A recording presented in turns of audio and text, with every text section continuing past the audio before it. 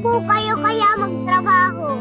Lagi niyo po kasi sinasabi na kaya kayo nagtatrabaho. Kasi para sa akin na anak niyo, para sa pamilya, para mabigay niyo yung gusto ko. Paano po yun? Kayo po yung gusto ko. Kayo po yung gusto ko makasama. Kayo po yung kailangan ko. Miss ko na po kayo. Miss ko na po yung yakap nyo, kwentuhan at mga kulitan natin. Ang lungkot-lungkot ko po palagi, Nay. Araw-araw po ako nag-aantay na umuwi kayo, na makasama kayo. Sana po, kahit isang araw lang, Nay, makasama ko kayo.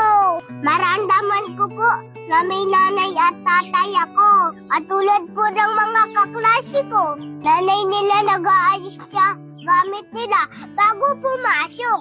Nagluluto ng baon nila, naghahatid at nagsusundo sa kanila. Nay, ayaw ko po ng marangyang buhay. Kung di ko naman po kayo kasama, wala po ako material na gustong bagay. Nay, makasama ko lang po kayo araw-araw, sobra-sobra na.